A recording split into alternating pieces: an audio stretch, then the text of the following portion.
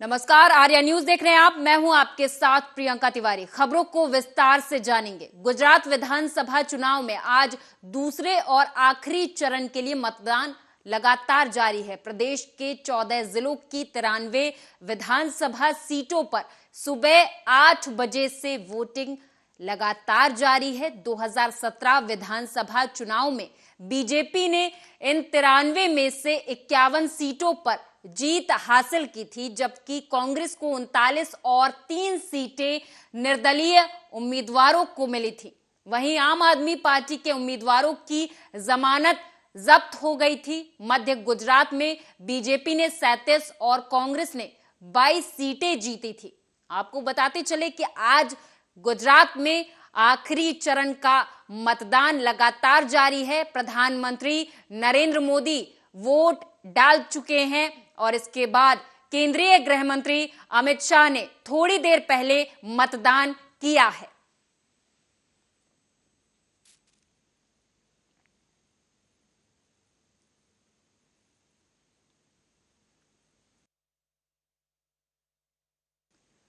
UP की Mainpuri Lok Sabha seat और 5 राज्यों की 6 विधानसभा सीटों पर आज उपचुनाव के लिए मतदान हो रहा। सपा संरक्षक मुलायम सिंह यादव के निधन से खाली हुई मैनपुरी सीट पर समाजवादी पार्टी और बीजेपी के बीच कड़ी टक्कर है। वहीं सपा ने डिंपल यादव को मैदान में उतारा है, तो वहीं बीजेपी की तरफ से रघुराज सिंह शाक्य अपनी किस्मत आजमा रहे हैं। आज 6 सीटों के तमाम उम्मीदवारों की किस्मत ईवीएम में कैद हो जाएगी। एक तरफ सपा के लिए यह विरासत का दांव है, तो वहीं दूसरी तरफ बीजेपी के लिए इस सीट पर परचम लहराने का सुनहरा मौका है।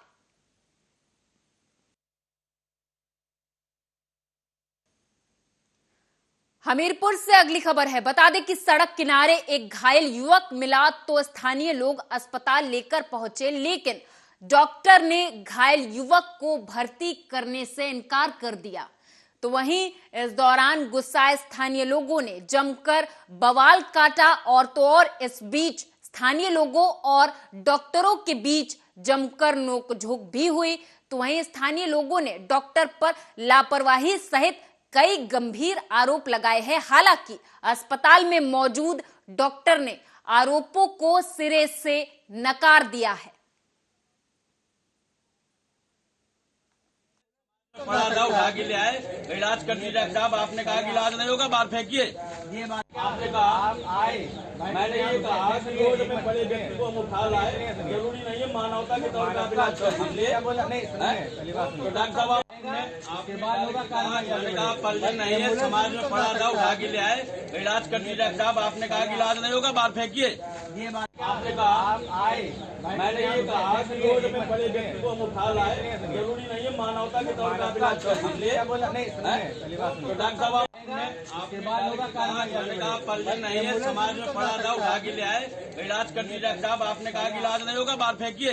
ये बात आपने कहा आए, मैंने ये कहा कि रोड में बड़े व्यक्ति को हम उठा लाए, जरूरी नहीं है मानवता के तौर पर इलाज कर दीजिए। तो डॉक्टर साहब आपके बाद होगा, मैंने कहा पर्जन नहीं है, समाज में पड़ा था, उठा के ले आए, इलाज कर दीजिए साहब। आपने कहा कि इलाज नहीं होगा, बाहर फेंकिए।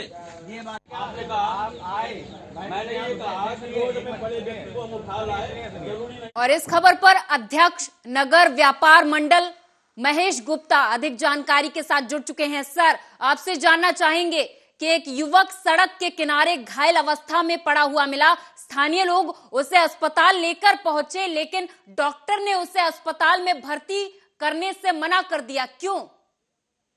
डॉक्टर साहब ये कह रहे थे कि हमारे पास रूल्स हैं और नियम है, हमारी गाइडलाइन है कुछ इलाज करने की। जब तक इसके परिजन नहीं होंगे या प्रशासन नहीं होगा, मैं इसका इलाज नहीं करूंगा। सर, तो ये कैसा नियम है कि एक व्यक्ति घायल अवस्था में पड़ा है, लेकिन उसका इलाज करने से पहले उसके परिजनों का वहां होना जरूरी है?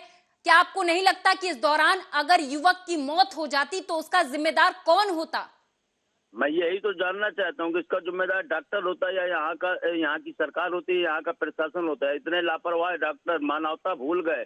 आधे घंटे तक वो स्ट्रेचर में बाहर लेटा रहा। हम उनसे डॉक्टर साहब से भगवान की तरह मिन्नतें करते रहे कि डॉक्टर साहब आप भगवान है, आप इस बच्चे का इलाज करिए, तब तक इसके माता पिता की जानकारी करते हैं, वो किस गांव से आता है हम उसको बुलवाते हैं। लेकिन डॉक्टर साहब ने अपने आगे किसी की नहीं सुनी और अपनी रवैया उनका, मुझे ऐसा लगता है, जानकारी मिली मुझे लोगों से कि ये देर रात शराब पीकर अस्पताल में रहते हैं। सुबह भी मुंह में इतना ज्यादा मसाला खाए हुए थे वो। मैंने डॉक्टर साहब आप मानवता से, इंसानियत से इलाज कर दिए, लेकिन डॉक्टर साहब अपने आगे किसी की नहीं सुन रहे थे। जब डायल 100 बुलाई मैंने और जब पुलिस वहां पर आई, पुलिस स्वतः, आप वीडियो में देख पा रही होंगी कि पुलिस स्वतः अपने हाथों में ले जाके और हमारे रिक्शा चालकों ने उस लड़के को बेड अस्पताल के अंदर मैडम डाला। बिल्कुल, हम तस्वीरों के माध्यम से अपने दर्शकों को दिखा रहे हैं कि यहाँ पर पुलिस भी मौजूद है, लेकिन डॉक्टर मानने को तैयार नहीं है। ऐसा क्यों? इस अस्पताल में क्या कानून ही सब कुछ हो गया है? क्या घायल व्यक्ति को इलाज करना इन्हें सही नहीं लगता? परिजनों का होना क्या इतना जरूरी है? कानून सबसे ऊपर क्यों? जबकि रात में जो इमरजेंसी समय होता है, रात में 9 बजे के बाद, तो वार्ड बॉय और जो कंपाउंडर और फार्मेसिस्ट होते हैं उनके भरोसे अस्पताल चलता है। डॉक्टर अपने ऑफिस से बाहर निकलकर मरीज को हाथ नहीं लगाते। अगर छोटा सा पेट दर्द हो या सर में दर्द हो, उसके लिए भी सीधे रेफर सेंटर बना हुआ है, हमीरपुर के लिए रेफर करते हैं। मरीजों की बड़ी दयनीय स्थिति है सुमेरपुर कस्बे में। यहाँ के डॉक्टर बेहुदे बेलापरवाह है। बिल्कुल, आपसे जानना चाहेंगे सर कि क्या यहाँ पर इस अस्पताल में यही रवैया पहले कई दिनों से भी चला आ रहा है? क्योंकि ये पहला मामला तो होगा नहीं कि डॉक्टर ने तत्काल से मना कर दिया। हालांकि कानून ऊपर है, माना जाता है, लेकिन जब युवक की जान पर बनाई, उस समय कानून को ध्यान में रखते हुए इस तरीके के फैसले लेना कि परिजन आ जाए उसके बाद ही इलाज किया जाएगा, क्या आपको नहीं लगता कि युवक की जान जा सकती थी? बिल्कुल बिल्कुल मैडम, वो मुंह से पलटी भी करने लगा था। मुझे ऐसा लगा उसके सर में चोट है। हम लोगों ने मानवता दिखा के हमारे कुछ रिक्शा चालकों ने उसको अस्पताल तक पहुंचाया। इसके बाद डॉक्टर साहब ने वहां पे इलाज करने से मना कर दिया। बड़ी मानवता ही खत्म है हमारे सुमेरपुर के प्राथमिक स्वास्थ्य केंद्र में। हमेशा इस तरह की शिकायतें आती हैं कि डॉक्टर साहब ने फलाने मरीज से बदतमीजी की, ढिकाने मरीज से बदतमीजी की। हम लोग सामाजिक व्यक्ति होने के नाते कई मामलों में जैसा कि महेश जी आप बता रहे हैं कि पहले भी कई शिकायतें इस तरीके की आपके सामने आई हैं, तो क्या इन शिकायतों को आपने उच्च अधिकारियों तक नहीं पहुंचाया? क्या प्रशासन अभी भी ये सुनते हुए सिर्फ मूक दर्शक बना बैठा है, और क्यों? मुझे यही नहीं समझ में आ रहा कि मैं हमीरपुर के जो इनके उच्च अधिकारी हैं, जैसे मैंने रमेश चंद्रा जी को भी फोन करके, जो CMS हैं, उनको भी मैंने अवगत कराया, लेकिन कभी कोई कार्रवाई इन पर होती ही नहीं है। क्या कारण है, क्या रीजन है, क्या सिस्टम है इन लोगों का, मुझे ये नहीं पता चला कि शिकायत करने के बावजूद भी इनके विरुद्ध आज तक कोई कार्रवाई नहीं हुई और जैसा रवैया आज से पहले था वही आज भी चल रहा है। धन्यवाद महेश जी, इस तमाम चर्चा के लिए, जानकारी के लिए आप हमारे साथ जुड़े। तो हमीरपुर से एक खबर है जहां पर एक युवक की जान पर बनाई, लेकिन डॉक्टर को बस कानून सूझा कि जब तक परिजन वहां पर उपस्थित नहीं हो जाते तब तक इलाज नहीं किया जाएगा।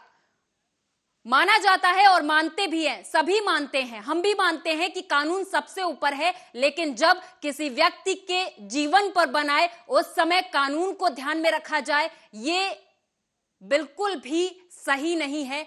हालांकि डॉक्टर को इस धरती का भगवान कहा जाता है, लेकिन वही डॉक्टर जब कानून को सबसे ऊपर रख दे और युवक की, मनुष्य की जान को सबसे नीचे रखे, तब ये भगवान शायद किसी भी व्यक्ति को बचाने में असमर्थ जरूर हो सकता है।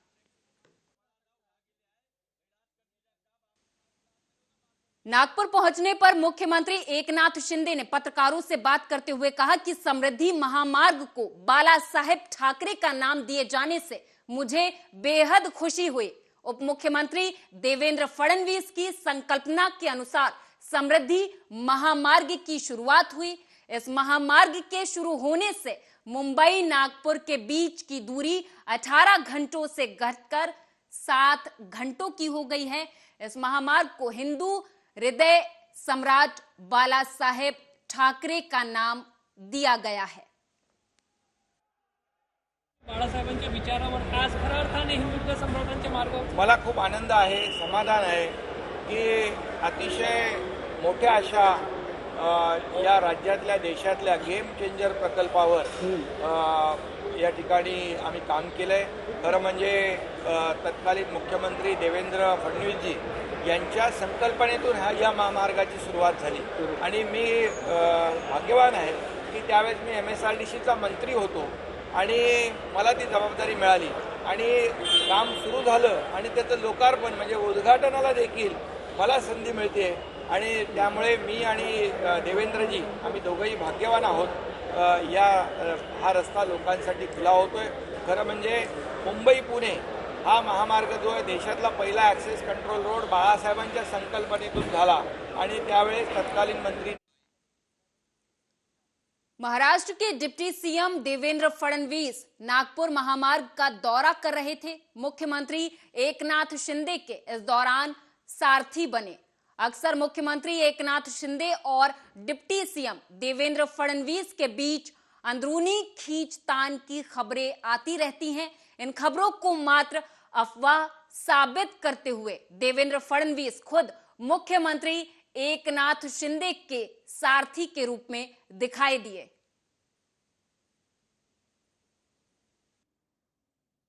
गाड़ी खुद मुख्यमंत्री चला रहे हैं। मैं पहले एक बार ट्रायल ले चुका हूँ। ये रोड जो है इतना जबरदस्त रोड है, गेम चेंजर ये प्रोजेक्ट है।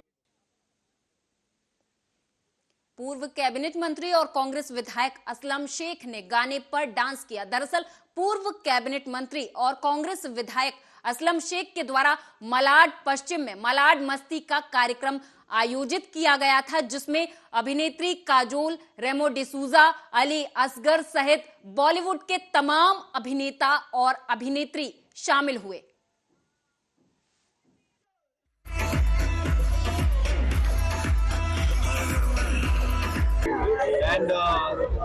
मुझे नहीं लगा था कि ये छोटे छोटे बच्चे और ये इस तरीके से यूथ को जो आगे प्रोग्रेस के लिए बढ़ा रहे हैं। I think it's amazing. Thank you so much. बहुत बहुत शुक्रिया आप सबको। दिखाई दे रहा है, नहीं दिखाई दे रहा है। Good to see you. हम आपसे पूछना चाहेंगे परफॉर्मेंस के लिए या अपने डांस के लिए जानी जाती है, लेकिन the amount of social work that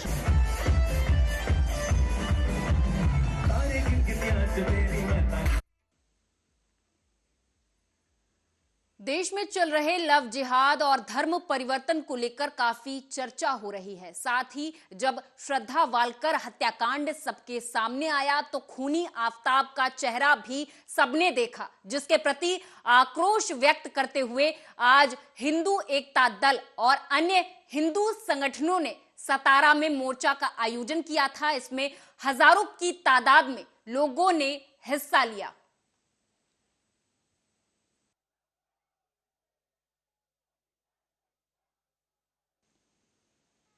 Aurangabad में मराठा क्रांति मोर्चा की ओर से राज्यपाल भगत सिंह कोश्यारी के खिलाफ मंत्री अतुल सावे के घर के सामने आंदोलन किया गया।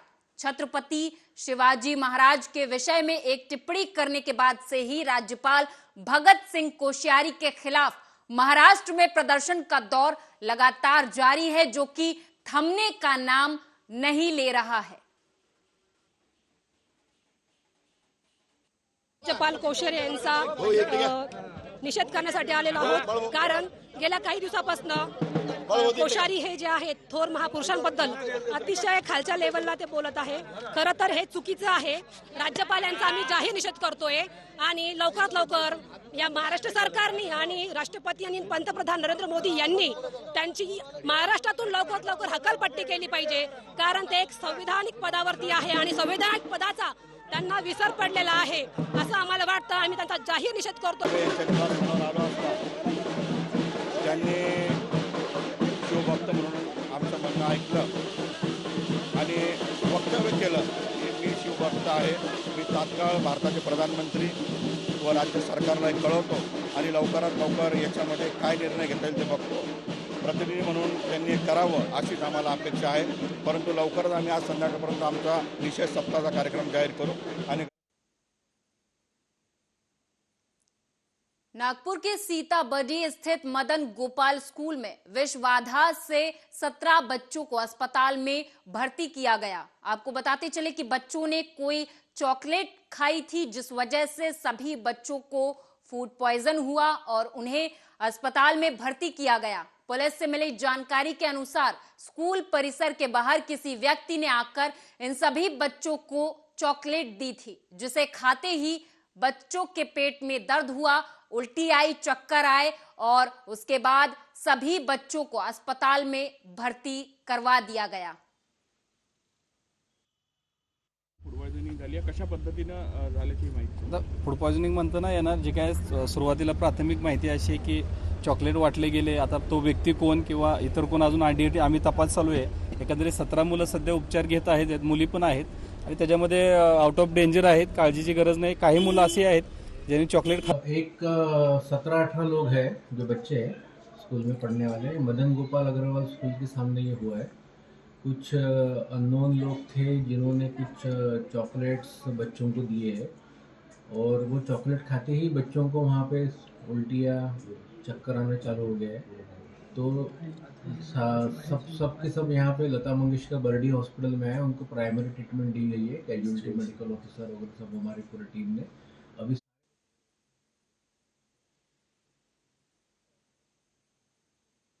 महाराष्ट्र के उस्मानाबाद में क्राइम ब्रांच की टीम ने कार्रवाई करते हुए आरोपियों के पास से 5 लाख की देसी शराब बरामद की है। बता दें आपको कि इस मामले में 2 आरोपियों को गिरफ्तार भी कर लिया गया है। पुलिस की टीम ने शराब निषेध अधिनियम की धारा के तहत व्यक्तियों के खिलाफ ये कार्रवाई की है।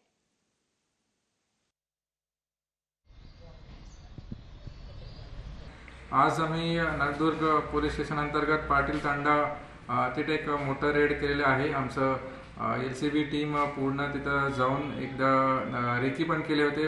बरे मोठ्या प्रमाणे आम्हाला कंप्लेंट्स येत होते की तिथं मोठ्या प्रमाणात हातभट्टी दारू चालू आहे म्हणून। आज सकाळी आम्ही पहाटे पूर्ण टीम घेऊन तिथं आम्ही रेड केले। एक 5 लाखाचं आम्हाला हातभट्टी दारू सापडलं होतं आणि तिथं आम्ही जप्त केलेले आहे। आज आम्ही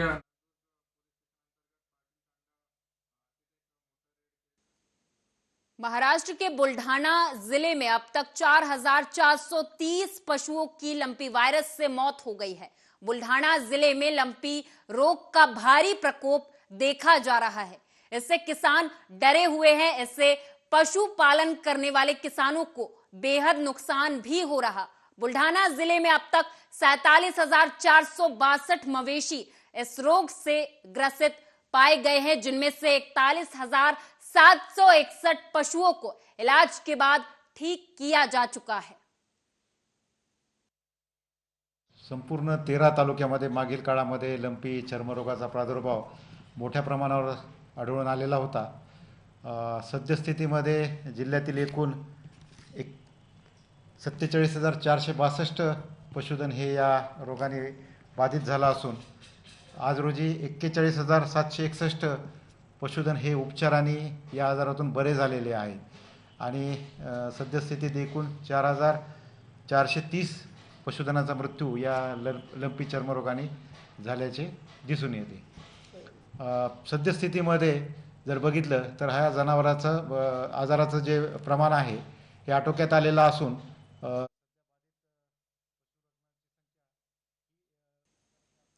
पंजाब के संगरूर में जसवीर सिंह नाम के नौजवान ने अपने ससुराल वालों से परेशान होकर आत्महत्या कर ली। जसवीर सिंह ने आत्महत्या करने से पहले एक वीडियो बनाया जिसमें उसने अपनी पत्नी और पत्नी के भाई पर गंभीर आरोप लगाए। उसने कहा कि मुझे मेरे घर पर आकर मेरी पत्नी के भाई और उसके दोस्त की तरफ से पीटा गया।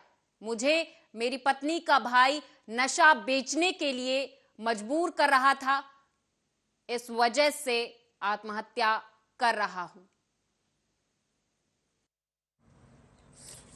लास्ट टाइम जी अज मेरे घरों आके मैनू कुटते मारते ने, मैनू मेरे निशान पने इत्थे ही पने करते पे निशाना ते मैनू मारते कुटते। मेरा साला स्मैक बेचता, मेरे को भी तू स्मैक बेच, तू बन जाएगा वो बन जाएगा अमीर बन जाएगा, पर वीर बन के मैं अमीर नहीं बनना। मैं जो घरे है मैं वही घरे में ठीक है सट्टा, मैं जो भी 10-12 हज़ार रुपया मैं कमाना गा अपनी मेहनत का, मैं ਉਹੀ ਗੱਲ ਨਾਲ ਮੈਂ ਸਹਿਮਤ ਹਾਂ। ਮੈਂ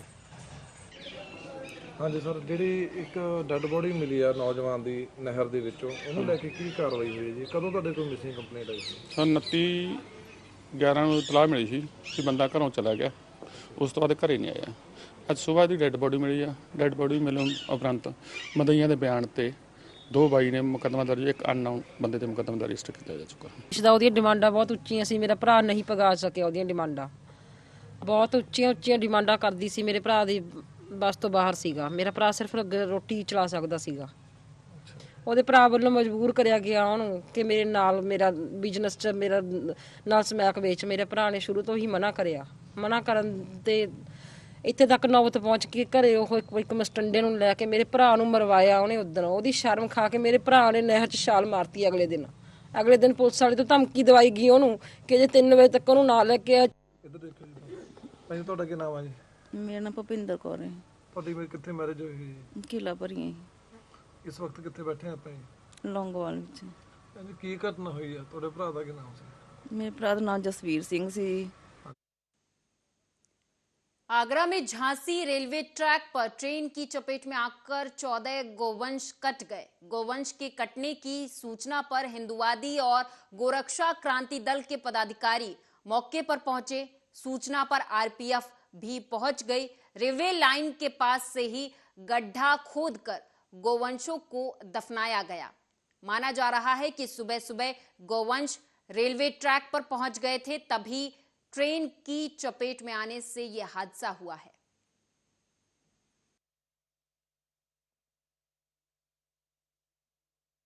मामला ये है कि सुबह जब मुझे सूचना मिली, यहाँ पर सोने गाय कटी हुई अवस्था में मिली थी। यहाँ पे सूचना मिली तो हमने प्रशासन को, पुलिस को फोन किया। 112 बजे पुलिस आ चुकी है यहाँ पे, लेकिन मुझे गोरखपुर से खबर है, जहां आपको बता दें कि यहां पर सीएम योगी आदित्यनाथ ने गोरखपुर वासियों को 4 बड़ी सौगातें दी। इस दौरान सीएम योगी ने कहा कि देश में यूपी की छवि बदली है। यूपी बीमारू राज्य से हटकर विकसित राज्य की तरफ होते हुए नंबर 1 अर्थव्यवस्था की तरफ तेजी से बढ़ रहा है।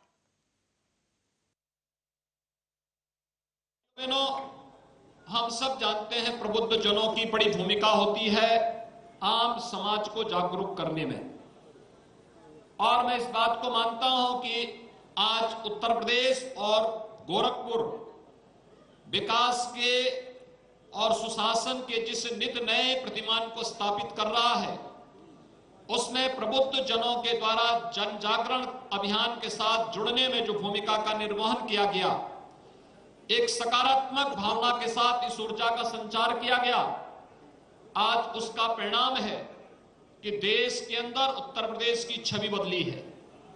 उत्तर प्रदेश देश के अंदर बीमारू राज्य से हटकर के एक विकसित राज्य की श्रेणी की ओर अग्रसर होकर के देश की नंबर 1 अर्थव्यवस्था की ओर तेजी के साथ आगे बढ़ रहा है। वाह! सम्मानित मंच, माननीय सांसदगण, समय कम बा, हमके बहुत कम समय मिलल बा। सबके एक संघे प्रणाम, माननीय विधायकगण के प्रणाम, जितने मंचासीन हैं हमारे क्षेत्रीय अध्यक्ष डॉक्टर साहब के प्रणाम, धर्मेंद्र जी के, और जितने योद्धा आए हैं और जितने प्रेम करे वाला आयल बाड़न पूज्य महाराज जी के, 5 विधानसभा से, अगल बगल के जिला से, जहां जहां से सब लोग एकदम चला हो प्रभु जन का चला जाई हो, प्रभु जन का सम्मेलन बा, महाराज जी से भेंट हुई, चला तो देखे सब चला देना भैया, आओ तड़ा ना भाइयों, जाम बापुल, हर हर महादेव।